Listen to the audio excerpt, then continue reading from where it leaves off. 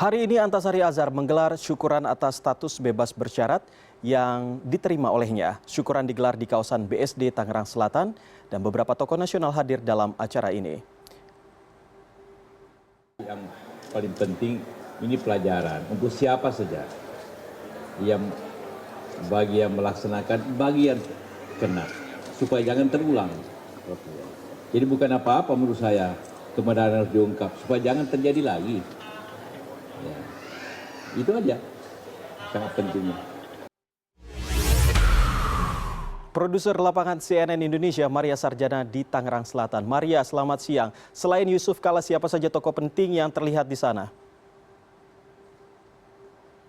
Selamat siang, Iqbal. Betul sekali bahwa memang ada tokoh-tokoh penting di negara Republik Indonesia tadi yang juga diundang oleh Antasari Azhar untuk datang ke syukuran yang berada di Grand Zuri, Tangerang ini.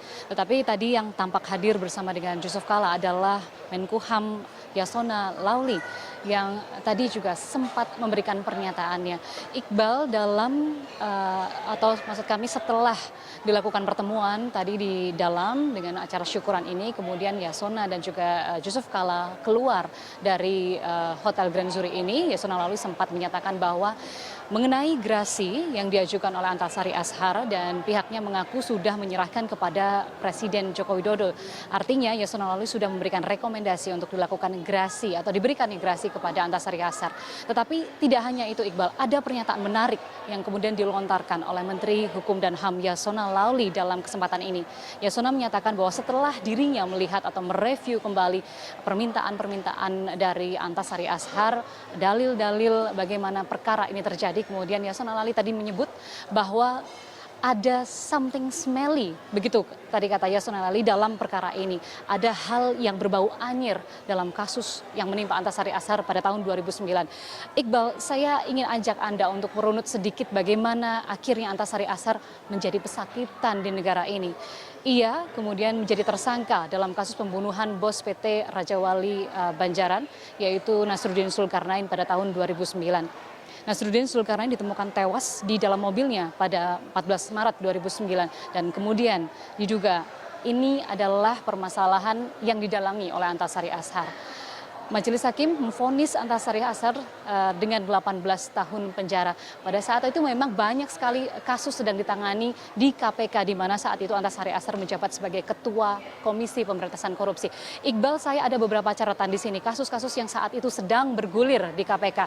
Di antaranya adalah pengadaan informasi teknologi dalam pemilu 2004, di mana saat itu memenangkan SBY sebagai presiden. Kemudian di tahun 2004 ini ada penggelembungan suara. Di penggelembungan suara ini adalah di salah satu provinsi yang penduduknya hanya 100.000, ada penggelembungan suara sampai suaranya mencapai 1 juta, dan ini kemudian yang sedang ditelisik oleh KPK saat itu. Kemudian ada kasus bantuan likuiditas Bank Indonesia, di mana di sini memang Antasari Azhar atau KPK tidak menyidik mengenai BLBI senilai 154 miliar rupiah yang sudah ditangani oleh kejaksaan. Tetapi saat itu KPK sedang menangani kasus senilai 455 miliar rupiah yang belum ditangani oleh pihak atau hukum manapun di Indonesia ini, karena pada saat itu Presiden Soeharto sudah mengucurkan BLBI ini sebanyak 600 miliar rupiah, tetapi yang diusut baru sekitar 154 miliar rupiah.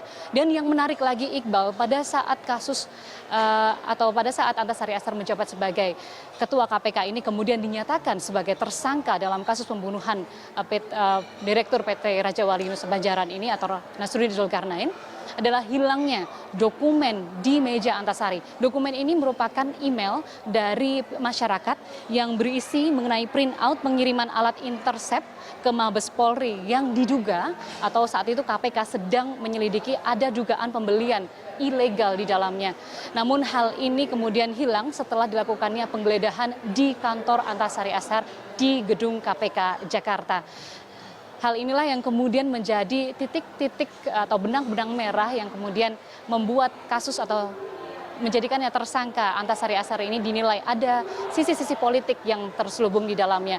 Dan tadi Iqbal, Antasari Ashar juga menyebut bahwa yang diundang pada syukuran kebebasan bersyarat Antasari Ashar yang keluar dari penjara pada 10 November 2016 ini adalah orang-orang yang memang dianggap dekat oleh Antasari, yang dianggap peduli pada dirinya pada saat Antasari Ashar berada dalam penjara. Iqbal.